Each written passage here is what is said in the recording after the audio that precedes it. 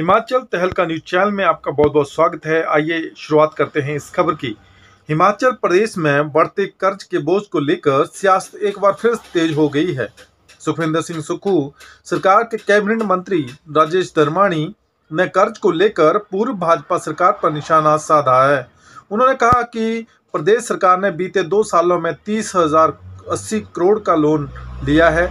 Loan का बड़ा हिस्सा पूर्व भाजपा सरकार की बजट ऑब्लिगेशन पूरी करने और कर्ज चुकाने में गया। उन्होंने कहा कि भाजपा वित्तीय स्थिति को लेकर हिमाचल को बदनाम कर रही है। धर्माणी ने कहा कि भाजपा नेताओं को हिमाचल को बदनाम करने की बजाय दिल्ली में प्रदेश की पैरवी करनी चाहिए।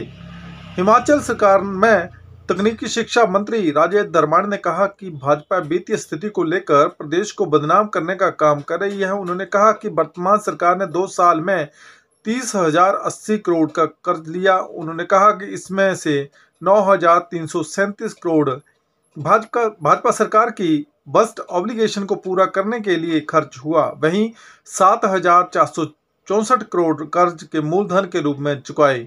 इसके अलावा बाकी बचे 11,226 करोड़ रुपए विभिन्न विकास योजनाओं पर खर्च किए गए हैं।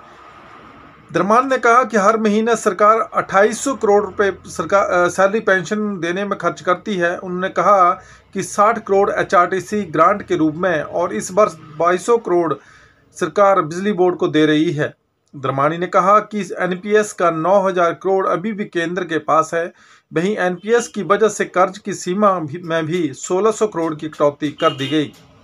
राजेश धर्माणी ने इस दौरान भाजपा पर निशाना साधा है। उन्होंने कहा कि बीजेपी प्रदेश की वित्तीय स्थिति को लेकर दुष्प्रचार कर रही है।